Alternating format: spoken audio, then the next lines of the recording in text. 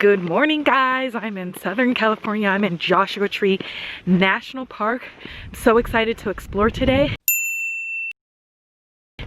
This place sees about 2 million visitors, and I'm one of them today. This is no mountain, and I'm one of them today.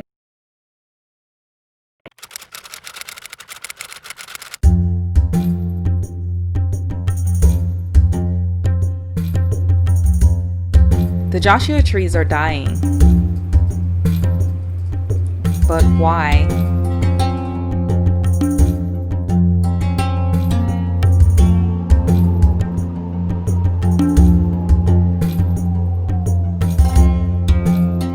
It's climate change.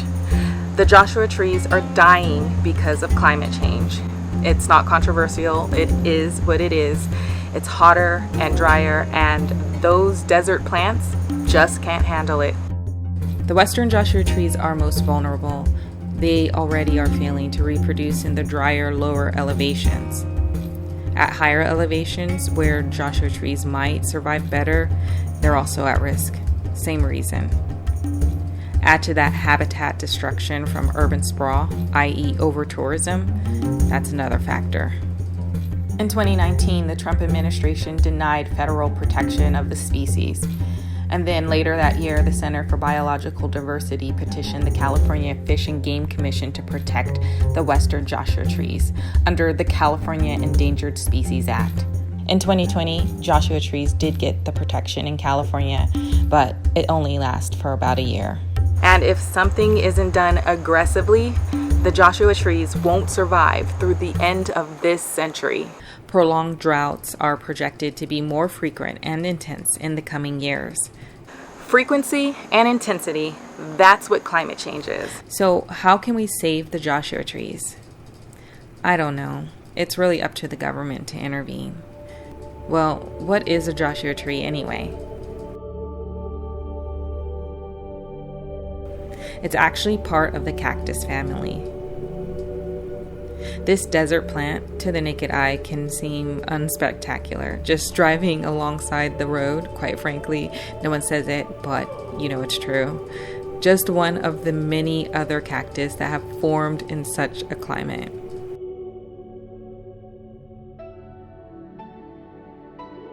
You have to slow down to see and appreciate its beauty, its uniqueness.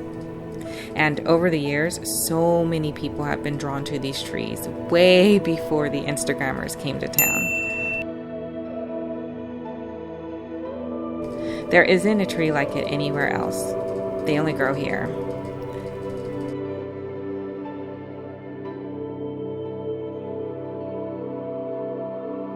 And when the early Mormons passed through the Mojave Desert, they thought the trees looked like Joshua from the Old Testament in the Bible raising his arms to pray. I don't know how they knew what Joshua from the Old Testament looked like in the Bible, but that's how these plants got their name. Yes, I found a gecko here, a little lizard.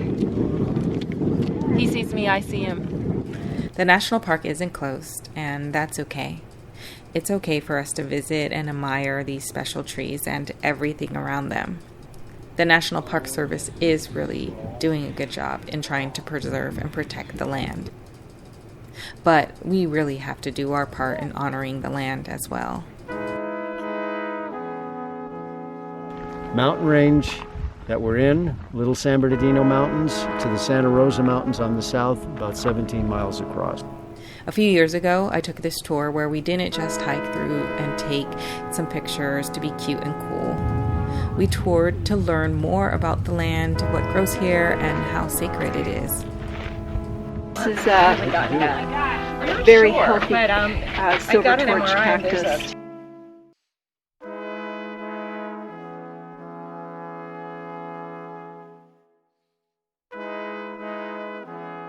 Oh, and it's illegal to touch the actual Joshua trees. Did you know that? They're fragile. Don't do that.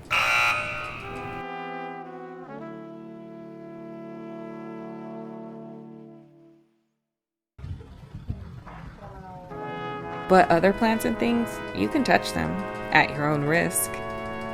Beware of the jumping cholla. It will feel like you want to end your life before you get them removed. The needles, if you brush by them, will not only puncture your skin, but it has a reverse blade. So on the exit and removal, you want to pray to Jesus. My recommendation is to take it slow on whatever trail you choose. The desert is so deceiving in that in the broad view, it just looks brown, bland, and boring.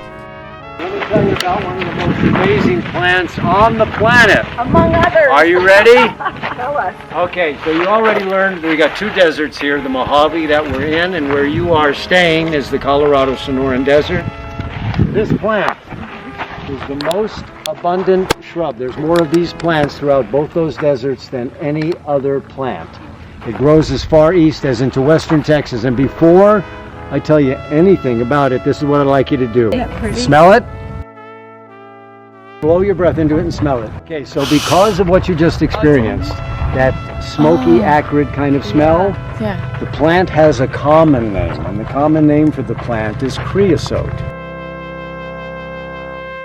But when you're able to slow down, the texture, the color, and even a bit of natural architecture begins to reveal itself.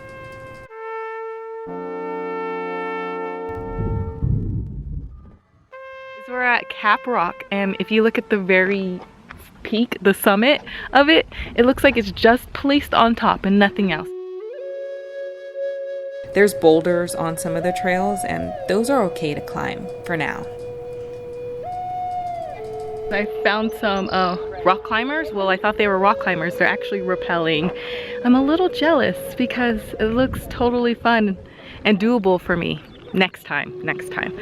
When you're here, taking it slow, you may feel a sort of emotional energy start to consume you. That's okay. A lot of people report that.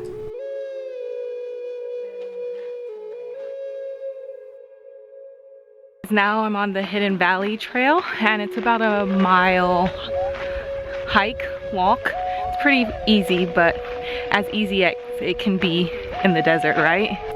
Joshua Tree is also thought to be a very spiritual place.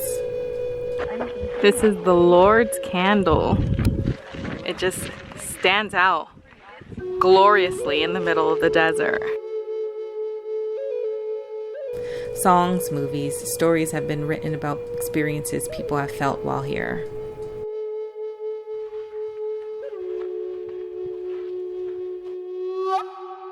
And oh, this is also part of the land where the Cahuilla Indians were uprooted.